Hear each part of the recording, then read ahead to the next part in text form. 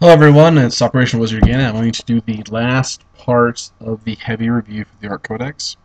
Excuse me. And then I'll be done. All I have left is the Deff Dread, the Killa cans, and the Flash Kits. We're going to start with the Deff Dread. I'm going to pretty much tell you right now that the Deff Dread is incredibly fun, but the functional side of it isn't that great. It has two close combat weapons, and you can get two, other weapons on it. Um, it has ballistic skill 2, armor of 12, and so it makes a really crappy gun platform. So pretty much all those gun options go away. You're down to either the Scorcha or more close combat weapons. Um, there's also grout riggers and armor plates. I do take a Deff Dread occasionally because if you have a Big Mac, you can take one as a troop choice. Not scoring, but it saves your heavy slots or something else. So I will take a Deff Dread. I'll take two close combat arms, and I'll give it plates and riggers because at that point, if it gets immobilized or stunned, it's going to become so useless. But now you've actually created something that they kind of have to shoot, or it's going to rip open, tanks, or it's going to smash light infantry. It does have a weapon skill 4, and it's, it has a lot of attacks at that point.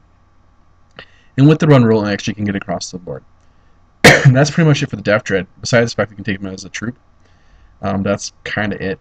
Now the Killa cans are Goblin Crude little dreads. They have armor of 11. And now they have a skill 3, weapon skill 2.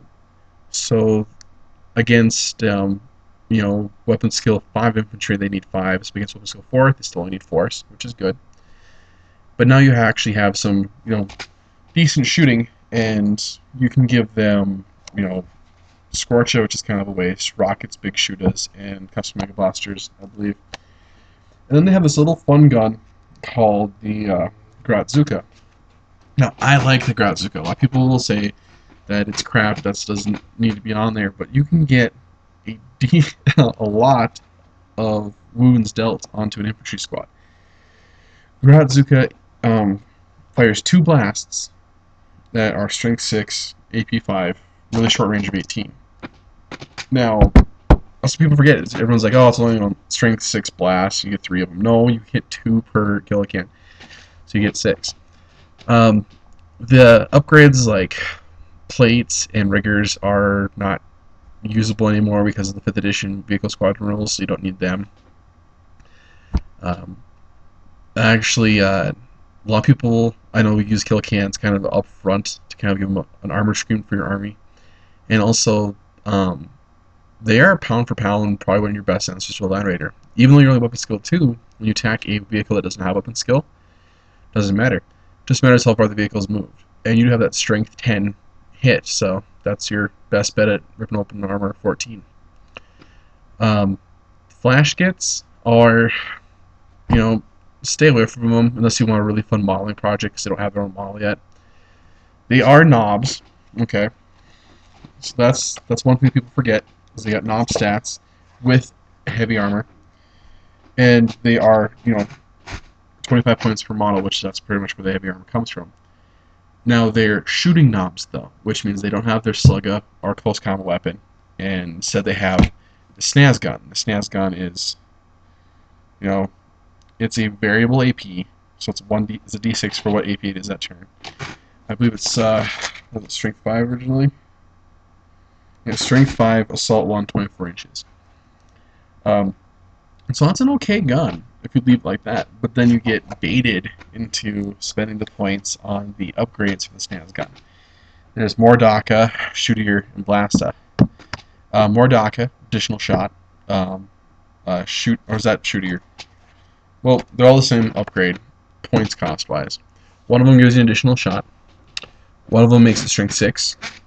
And the other one gives it a -1 on that dice roll for the AP. But now you have gets hot.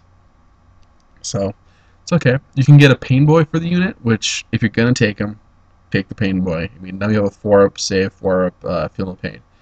Might as well.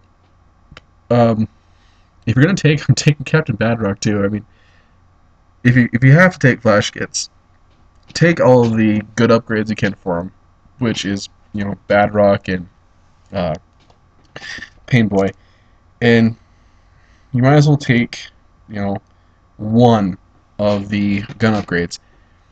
And since it's strength 5, you don't really need the strength 6 because you're going to be shooting at infantry. The extra shot is nice, and the blaster one is nice. Sounds a little risky with the if it gets hot, but you do have Finla Pain, so might as well take it. 4+ armor, Finla Pain. Um, Captain Badrock's nice. I mean, he's weapon skill 5, 4 strength, 4 toughness, 2 wounds, 3 initiative, 4 attacks. And then he's got this ridiculous little gun that I'll go over the stats of it here quick. I can find Badrock. Yeah, he has called the Ripper. It's a strength 7, AP2, assault 3 gets hot. So he'll probably end up killing himself more than he'll kill people with it. But he does have a 3+ armor and a 5+ invul, so he's got good stuff, and he's got Slugger and Chopper, so it's 4 attacks, 5 additional close combat. So he's actually can put a little bit of close combat bite back into the unit. The fact that nobody else has Slugger and Chopper. But I would stay away from them. They're too expensive, and I've fielded them once. I'll give you that. And I put them in a naked battle wagon, and I drove them around. The battle wagon eventually got immobilized in the middle of the field, and they never got out. They did scare, some infantry from kind of, staying away, but with the 24 inches, they couldn't really stay away that effective.